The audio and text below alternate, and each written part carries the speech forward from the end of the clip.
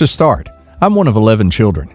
My father was not a very nice man, and I won't get into that, but I will say that my relationship with my half-siblings has always been strained to nearly permanently breaking when my father decided to bestow upon me, not the oldest, or even the oldest girl, a ring that has been in our family for over 100 years. My family used to be quite wealthy, but now we are definitely not, and it was the only thing of value my father owned. Before he died, he gave it to me, mostly so it wouldn't go to his wife, not my mother, and because I was always his favorite. The problem is, my father never knew that I was gay. I'm now happily married to a woman and have 2 lovely daughters, both adopted. Therein lies the problem. One of my sisters recently decided to turn half of my siblings against me. We're all getting older, and she believed that the ring should absolutely stay within the blood family, that it represented the hard work of our ancestors, that I haven't even had my daughters since they were babies, adopted at 3 years old and 6 years old. She also brought up that if my father had known I was gay, I would never have received the ring, as it has always gone to blood family only. This is true. Personally, I hate this ring. It's caused me so much pain, and it caused my father pain. He was the only biological child of his mother, who was a step-parent to 4 other kids, not including him. And it was a huge row when she left most of her estate, including the ring, to him. And it just hasn't represented anything good in our family for many, many generations. So I gave the ring to my brother to give to my favorite niece, a girl who I not only believe will take care of the ring, but who I think will make something of herself, and is unlikely to pawn it. It's worth well into 6 figures last we had it appraised. I just wanted to be done with it. My wife found out that I gave away the ring and was furious. She said that devalued my daughters by doing it, accused me of not really loving them, brought up money that I'd spent before we adopted my daughters, and once after, on trying to get pregnant. You name it, she threw it at me. Of course, we can't currently live separately, but I know if she could, she would. Truly, when I returned the ring, I was not thinking that my daughters don't count or anything like that. And if I believed the ring was a good thing, I would have fought for them. But I think it's just a symbol of pain and destructiveness. My girls have always fought one another, and I knew it would just cause a rift when I had to choose between them. I didn't want to saddle that on them, or more selfishly, break up my already fractured family. Not the a-hole. You threw away a bad omen. The ring symbolizes nothing but grief, and you should explain that to your wife. Your daughters still have all the love and support of you, their actual family, and will never lose that. The outside family's love and support, however, is tenuous at best. You are not your family. The ring isn't the one true ring. Let it go. If they want it that bad, let it destroy them instead. No a-holes. I understand both viewpoints. I think this just sounds like a misunderstanding. Your wife is rightfully hurt and offended, but you haven't done anything wrong, and you didn't even want the ring. Other family members did. I think this is something that can be talked out. Not the a-hole. That ring was your possession and should be treated as any other material belonging in your life, which means you can do whatever you want with it. No one else has the right to tell you what to do with your own belongings, and you shouldn't have to come up with any explanation to justify your decision. My 33 female, father, 61 male, is now living in my childhood home again after my mom moved out after their divorce in 2016. His girlfriend, 54 female, partially lives there with him, but also has her own place in a different town where she works. Me and my father have always been very close, and I've always gotten the feeling that she didn't like that for some reason. This past weekend, there was a family thing in my hometown, and my dad had already asked if my sister and I would come up north and spend the weekend there.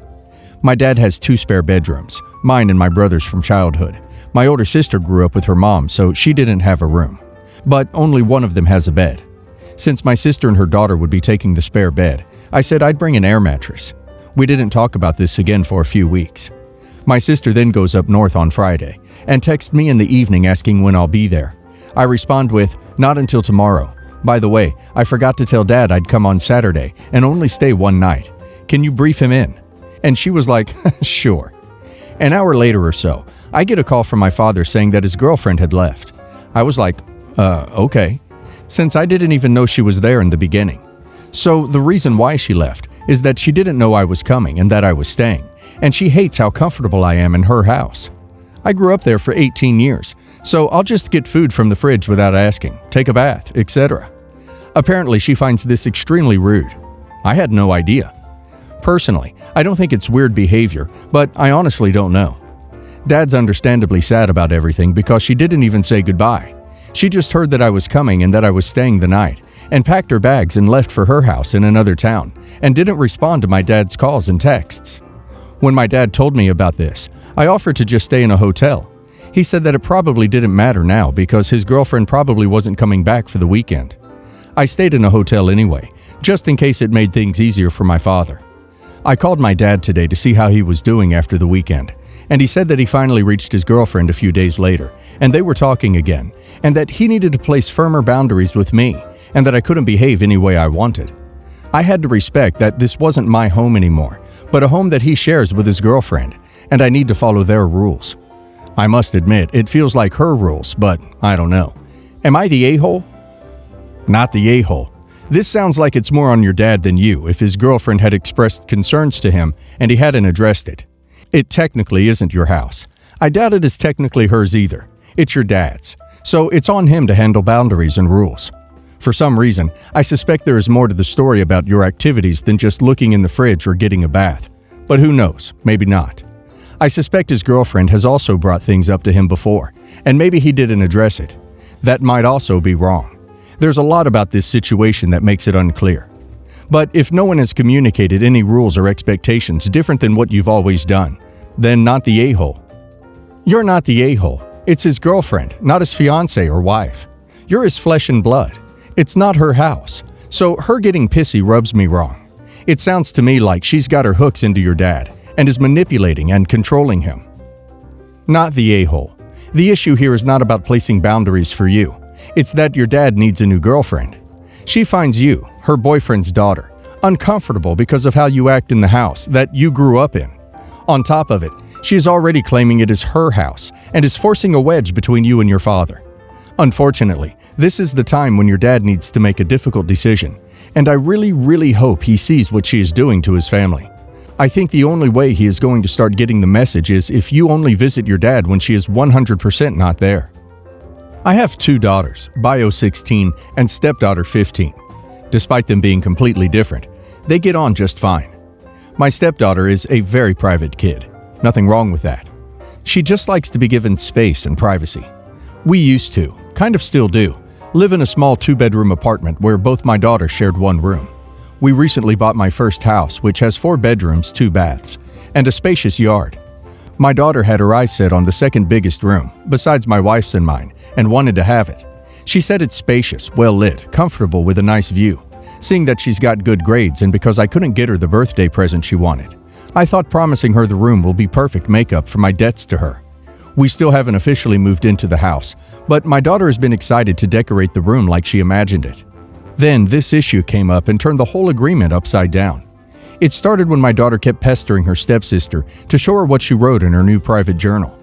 My stepdaughter refused since that's private stuff. I didn't know about this happening until my stepdaughter told me and my wife that my daughter took pictures of what was in her journal and posted it on her Instagram account for everyone to see. I was stunned, kept thinking how and why the hell my daughter would do such a thing. My stepdaughter told us about her stepsister pestering her for days about seeing this new journal. I asked my daughter directly, and she said she was seeking advice to make sure her stepsister's over need for privacy was healthy by having her expert friends read the context and analyze her personality.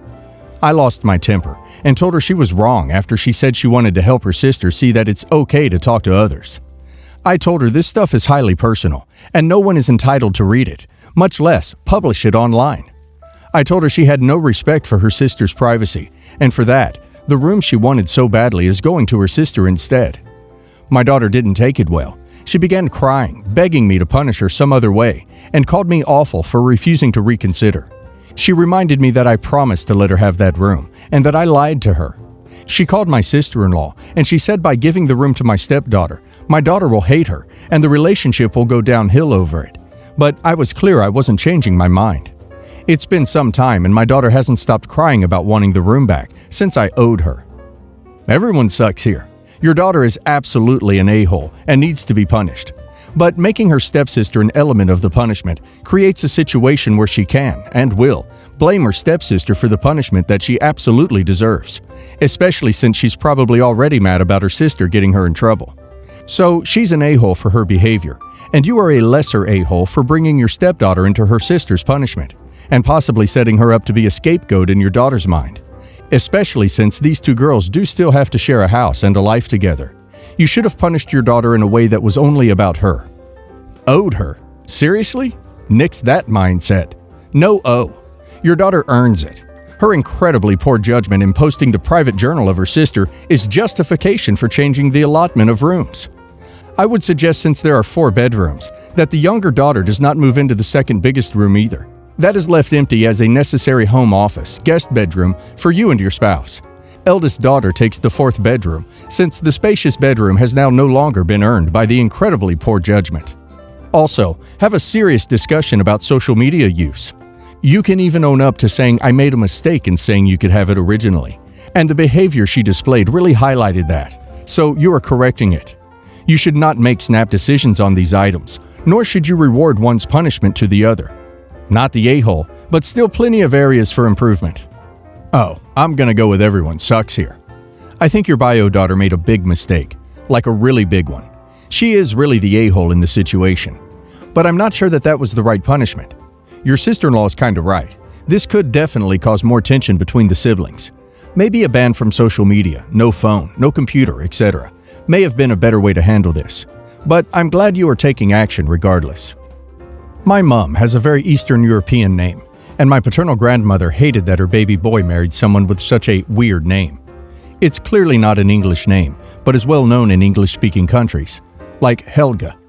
When my parents announced they were having a baby, my grandma's first comment was, "You better not give it one of those weird European names." So naturally, my parents started referring to me as Rasputin and kept their name choices secret.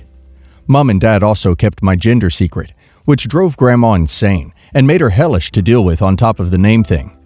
My parents were done with this BS by the time I came along and wanted some revenge. My maternal grandma, who was Ukrainian, had made me a baby hat with traditional Ukrainian embroidery. When I was born, my parents let the nurses in on their revenge plan and asked them to swaddle me in a blue blanket instead of a pink or white one, and put that hat on me for when my paternal grandparents came to the hospital to meet me. Grandma walks in, sees my hat, and then my mom says, "Meet our grandson Rasputin. We got attached to the name during the pregnancy." Grandma was not impressed. Every photo of her, she has the most impressive cat butt face. My parents and the nurses kept up the ruse for 2 hours.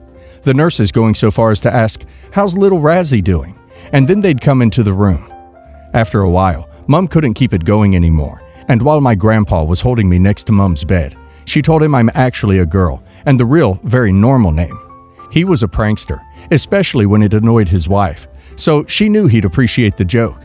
Until he passed away, my grandpa's nickname for me was Razzie, much to my grandma's annoyance. I love that you have a special thing with your grandpa, and family members who think they get a say in baby names can just go away. You probably know this already, but Rasputin is a family name, surname. His first name was Grigory. When pregnant with first, biblical names very popular, and my mother-in-law hated them. Every visit, every phone call, she would rage for 10 minutes about biblical names. After a couple of months, we told her we were naming baby Jesus or Mary. The look on her face. Son was named something else, but I had fun for months. My brother Matthew, 31 male, and I, 27 female, are very close and grew up being best friends. Later this summer, I'm getting married to my fiancé, Alex, 30 male, and Matthew is the best man. Matthew and Alex are close friends, and my brother organized the bachelor party trip. During this trip, he met this girl named Marla, late 20s, female, and went on one date with her and they flirted, but didn't kiss. He even told me he found her cute, but a little annoying because she wanted to text every day. I did not think much of it because her city is on the other side of the country. Fast forward a few weeks, and Marla traveled to our city to visit family and ended up reconnecting with my brother. He fell for her hard and fast, and they decided by the end of her trip to try to date. Nothing against it. I thought it was very rushed. But I was in a long-distance relationship myself with Alex for a while because of circumstances of life before we got engaged. Matthew asked me for Marla to be his date for the wedding reception and for the rehearsal dinner, which I, again, found a little premature, but agreed nonetheless. More recently, I accidentally eavesdropped a conversation between Matthew and Alex, and that included some very private discussions of Marla's prowess. I pretended I didn't hear it, but I was extremely triggered because Alex seemed a little too interested, and I was a little disgusted that my brother would discuss his intimacy like that. A few days after that, Alex and I finally met Marla in person. She was nice and pretty enough, although I was surprised because she's not my brother's usual type. She's also from a different ethnic and religious background. No matter how much she tried socializing with, I confess, I was still upset and wasn't very nice to her. Matthew noticed and confronted me over text, so I called him and told him the truth about why I was upset and didn't want his girlfriend at the wedding. I did say some explicit things and called Marla names, which I do regret, and told my brother that he wasn't in love. He was just in lust because she does some unusual bed stuff. Alex ended up hearing the call and tried reasoning with me. He did say he was sorry for engaging in this type of conversation. I've forgiven him, but he thinks we should let Matthew bring Marla to the wedding. My parents are also on Matthew's side and are pressuring me. They helped pay for the wedding, saying that my brother really likes this girl, etc. She's not aware of the whole conundrum just yet, as far as I know. Honestly, for me it's almost a matter of honor. I don't see why I should have to see this person I don't even know at my rehearsal dinner and reception, just because my brother is throwing a tantrum. It is my wedding, not his. He's threatening not coming to the wedding if I don't let it go. You're the a-hole. Go off on Alex and Matt, but what'd Marla do to deserve this? The only time she met you, you weren't nice to her. Then you tried to S-shame her behind her back after eavesdropping on a private conversation. You're the a-hole, and you agreed. You don't have to like her, as she's your brother's chosen, not yours. While I can see it is early in a relationship to become a wedding date, that doesn't matter anymore. You gave the permission and now want to revoke it over perceptions of her that are none of your business. You're the a-hole for all those reasons. Not a single thing on your list is Marla's fault. Great choice to destroy your relationship with your brother over, being jealous that your fiancé and your brother talked about your brother's S-life. Great choice blaming a woman you hardly know and say is nice enough for the behavior of two men who are close enough to you that you should take it up with them. Great choice to alienate family due to your own insecurities. Maybe you should get some therapy before you get married.